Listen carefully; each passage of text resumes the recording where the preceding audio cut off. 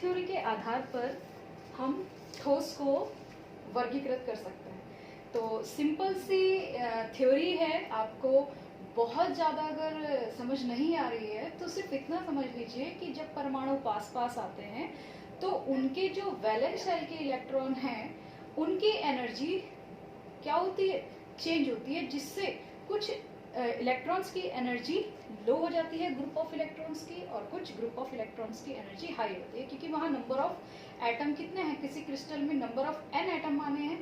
तो number of probability जिसे हम कहते हैं 50-50, प्रोबेबिलिटी के आधार पे हमने क्या माना था, सिलिकॉन के 4n एनर्जी जो इलेक्ट्रॉन्स थे उनकी एनर्जी कैसी हो गई थी, लो हो गई थी, और 4n एनर्जी जो है इलेक्ट्रॉन्स की वो हाई हो गई थी। तो जो जिनकी नंबर ऑफ इलेक्ट्रॉन्स की एनर्जी लो हो गई थी उसको हमने ग्रुप ऑफ इलेक्ट्रॉन्स की एनर्जी को हमने एक बैंड मान लिया है, जिसको हमने क्या कहा है, वैलेंस बैंड। और जिन इलेक्ट्रॉन्स की एनर्जी हाई हो गई उन इलेक्ट्रॉन्स के एनर्जी लेवल्स के ग्रुप ऑफ एनर्जी लेवल्स को हमने क्या माना है, कंडक्शन बैंड माना है। तो इसके आधार पर देखिए अब हम सॉलिड को 3 भागों में कैटेगराइज कर रहे हैं। और किस तरह से कैटेगराइज कर रहे हैं, सबसे पहले बात करते हैं इंसुलेटर की। इंसुलेटर यानी कि कुचालक। देखिए यहाँ इंसुलेटर की property energy gap, band theory के आधार पर ये हमने क्या दिखाया है, वैलेंस बैंड, ये क्या दिखाया हमने, कंडक्शन बैंड, और इसमें जो बीच का भाग है वो क्या है, एनर्जी गैप है। तो देखिए इंसुलेटर में कंडक्शन बैंड और वैलेंस बैंड और कंडक्शन बैंड के बीच की एनर्जी का लेवल क्या होता है, एनर्जी का लेवल हाई होता है। यानी सबसे पहले आपको पता होना चाहिए कि जो इंसुलेटर होते हैं उनके एनर्जी गैप्स, उनका एनर्जी गैप क्या होता है, ज्यादा होता है। अब यहाँ इसके वैलेंस बैंड में यानी कि लो एनर्जी लेवल में क्या होते हैं, नंबर ऑफ इलेक्ट्रॉन्स होंगे। वैलेंस बैंड का मतलब क्या हुआ, जैसे कोई भी 2 इलेक्ट्रॉन अगर शेयरिंग कर रहे हो, अगर यहाँ कोई भी 2 एटम की बात कर रहे हैं और इन एटम की इलेक्ट्रॉन्स क्या है, इनके वैलेंस शेल में घूम रहे हैं, तो ये अपने वैलेंस शेल में भी क्या करेगा, घूमेगा, और दूसरे एटम के वैलेंस शेल में भी घूमेगा, और ये अपनी इस ड्यूटी को पूरा करता रहेगा। यानी कि नंबर ऑफ इलेक्ट्रॉन शेयर हो रहे हैं, लेकिन क्या है, यहाँ वैलेंस शेल में चक्कर लगा रहा है, यहाँ वैलेंस शेल में चक्कर लगा रहा है, ठीक है। तो इसको अगर यहाँ इस वैलेंस बैंड से कहा जाना है कंडक्शन बैंड में जाना है, तो क्या इसको कितनी एनर्जी चाहिए, इसको 3 इलेक्ट्रॉन वोल्ट एनर्जी चाहिए। यानी ये जो गैप है वैलेंस बैंड और कंडक्शन बैंड के बीच का, वो गैप कितना होता है, 3 इलेक्ट्रॉन वोल्ट एनर्जी। ये गैप ऐसा स्पेसिंग दिखा रखा है, एक्चुअली स्पेसिंग क्या है, एनर्जी है, कि इनके जो इलेक्ट्रॉन है वैलेंस शेल में है, वैलेंस बैंड में है, लेकिन वो उनके पास इतनी एनर्जी नहीं है कि वो अपनी इस एनर्जी को, गैप को पार करके कंडक्शन बैंड में जा सके। तो कितना एनर्जी गैप है इसमें, 3 इलेक्ट्रॉन वोल्ट का। इसका मतलब ये हुआ कि अगर इन इलेक्ट्रॉन्स के पास 3 इलेक्ट्रॉन वोल्ट एनर्जी से ज्यादा आ जाए तो ये कंडक्शन बैंड में जा सकते हैं, और कंडक्शन बैंड में जाने का मतलब है इलेक्ट्रॉन का मूवमेंट, और इलेक्ट्रॉन का मूवमेंट हुआ तो कंडक्टिविटी प्रोड्यूस होगी। लेकिन इंसुलेटर में ऐसा पॉसिबल नहीं है, क्योंकि एनर्जी गैप क्या है, हाई है। कितनी एनर्जी चाहिए इलेक्ट्रॉन्स को कंडक्शन बैंड में जाने के लिए, 3 इलेक्ट्रॉन वोल्ट से ज्यादा। अब यहाँ पे इसकी प्रॉपर्टी क्या है कि इंसुलेटर में वैलेंस बैंड पूरा का पूरा इलेक्ट्रॉन से भरा हुआ होता है, लेकिन कंडक्शन बैंड पूरा खाली होता है, इसमें कोई भी इलेक्ट्रॉन नहीं होता। Region, energy gap high. कितनी एनर्जी चाहिए इलेक्ट्रॉन को यहाँ से यहाँ जंप करने के लिए, मोर देन 3 इलेक्ट्रॉन वोल्ट। अब आप कहेंगे कि इतनी इलेक्ट्रॉन वोल्ट एनर्जी इनको दी जा सकती है, नहीं दी जा सकती, क्योंकि यहाँ अगर हम पूरे क्रिस्टल की बात कर रहे हैं, पूरे ठोस की बात कर रहे हैं, तो उसमें कितने नंबर ऑफ एटम्स होंगे, 1 क्यूबिक मीटर में लगभग मोर देन 10⁻28 एटम्स होते हैं, और उसमें देखिए नंबर ऑफ वैलेंस शेल में कितने इलेक्ट्रॉन्स होंगे। तो हर एक इलेक्ट्रॉन्स को आपने सॉलिड को गर्म करना शुरू करा, हीट करना शुरू करा, तो हर एक इलेक्ट्रॉन की एनर्जी 3 इलेक्ट्रॉन वोल्ट होने में क्या होगा, बहुत ज्यादा एनर्जी रिक्वायर्ड होगी, ठीक है। उसको 2.5 एनर्जी मिल सकती है, 2.25 एनर्जी मिल सकती है, लेकिन 3 इलेक्ट्रॉन वोल्ट एनर्जी से ज्यादा मिल ही नहीं सकती। अब आपने क्या सोचा, चलो इससे भी ज्यादा एनर्जी दे देते हैं, हम हर इलेक्ट्रॉन को 3 इलेक्ट्रॉन वोल्ट एनर्जी देने की कोशिश करेंगे। लेकिन क्या है, ये जो सॉलिड है जब आप उसे और हीटअप कर रहे हैं और हीटअप कर रहे हैं और आपको लग रहा है कि हर एक इलेक्ट्रॉन की इतनी एनर्जी होनी चाहिए, उससे पहले इस सॉलिड का इग्निशन पॉइंट आ जाएगा। इग्निशन पॉइंट वो पॉइंट जिस पर ये सॉलिड क्या होगा, बर्न हो जाएगा, जल जाएगा। तो यानी क्या हुआ, इसको आप कितनी भी एनर्जी दे दीजिए, इसमें इलेक्ट्रॉन फ्लो नहीं कर सकते, और इलेक्ट्रॉन फ्लो नहीं होंगे तो क्या होगा, इसमें कंडक्टिविटी प्रोड्यूस नहीं हो सकती, इसलिए इसको क्या कह रहे हैं, इंसुलेटर कह रहे हैं। ठीक है, और आपको पता भी है जितने भी इंसुलेटर्स होते हैं उनकी आयोनाइजेशन एनर्जी, इलेक्ट्रॉन्स की आयोनाइजेशन एनर्जी बहुत हाई होती है, जैसे कि नॉन मेटल्स हैं सारे के सारे। ठीक है, तो आपको ध्यान रखना है कि इंसुलेटर्स में जो वैलेंस बैंड होगा वो इलेक्ट्रॉन्स के साथ पूरा फिल होता है, लेकिन कंडक्शन बैंड खाली होता है। उनके बीच का एनर्जी गैप बहुत हाई होगा, एनर्जी गैप कितना होगा, मोर देन 3 इलेक्ट्रॉन वोल्ट्स।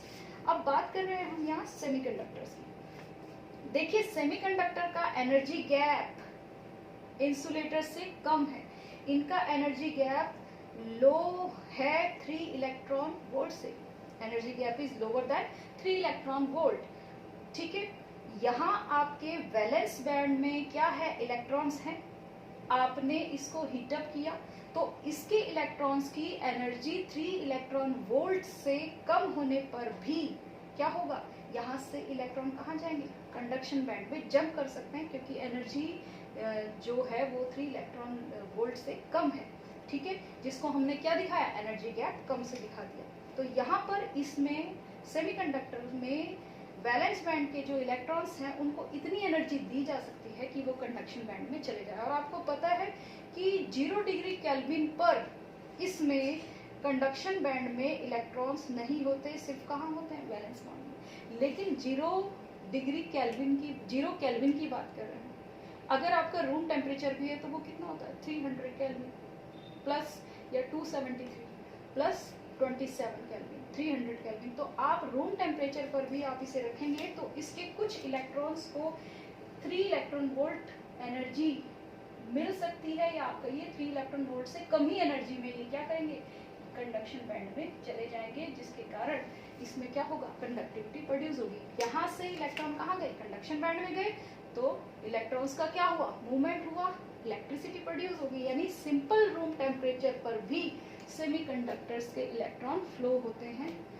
इसीलिए ये क्या है, आपके रूम टेम्परेचर पर भी कंडक्टिविटी प्रोड्यूस कर सकते हैं। लेकिन अगर आपने इन सेमीकंडक्टर सॉलिड को हीट करना शुरू कर दिया तो इनके बहुत सारे इलेक्ट्रॉन्स को इतनी एनर्जी मिलेगी कि वो कंडक्शन बैंड में जाते हैं, और जिस वजह से टेम्परेचर बढ़ाने से सेमीकंडक्टर्स की कंडक्टिविटी बढ़ती है, मेटल्स की नहीं। ठीक है, मेजर डिफरेंस है कि सेमीकंडक्टर को हीटअप करने पर उसकी कंडक्टिविटी इंक्रीज होती है, लेकिन कंडक्टर्स की एनर्जी डिक्रीज होती है ड्यू टू रेजिस्टेंस। ठीक है, तो यहाँ पर आप कह सकते हैं सेमीकंडक्टर में वैलेंस बैंड और कंडक्शन बैंड का एनर्जी गैप कम होता है। ठीक है, उसके इलेक्ट्रॉन्स को 3 इलेक्ट्रॉन वोल्ट्स से कम एनर्जी पर ही वो कंडक्शन बैंड में मूव कर सकते हैं। ठीक है, यानी उनके पास इतनी एनर्जी रूम टेम्परेचर बिना हीट किए, बिना उनको टेम्परेचर बढ़ाए, उनके पास उतनी एनर्जी होती है कि वो वैलेंस बैंड से कंडक्शन बैंड में मूव कर सकते हैं, लेकिन बहुत कम इलेक्ट्रॉन्स। ठीक है, बहुत कम लेवल पे इनमें कंडक्टिविटी प्रोड्यूस हो सकती है, लेकिन अगर आपने इन्हें हीटअप किया तो इन पे इनकी कंडक्टिविटी को बढ़ाया जा सकता है। ठीक है, अब हम बात करते हैं यहाँ कंडक्टर्स की। देखो बच्चों, कंडक्टर्स में आप देखिए वैलेंस बैंड और कंडक्शन बैंड एक दूसरे पर लाई कर रहे हैं। यहाँ वैलेंस बैंड खत्म हुआ नहीं और यहाँ से कंडक्शन बैंड शुरू हो गया, इसको कहते हैं ओवरलैप, एक दूसरे के ऊपर ओवरलैप करना। तो कंडक्टर्स में एनर्जी गैप, दोनों बैंड्स के बीच में एनर्जी गैप है ही नहीं। ठीक है, कंडक्शन बैंड और वैलेंस बैंड एक दूसरे पे क्या कर रहे हैं, ओवरलैप कर रहे हैं। इलेक्ट्रॉन्स के पास ऑलरेडी इतनी एनर्जी है कि वो वैलेंस बैंड में भी रह सकते हैं और कंडक्शन बैंड में भी मूव कर सकते हैं नॉर्मली।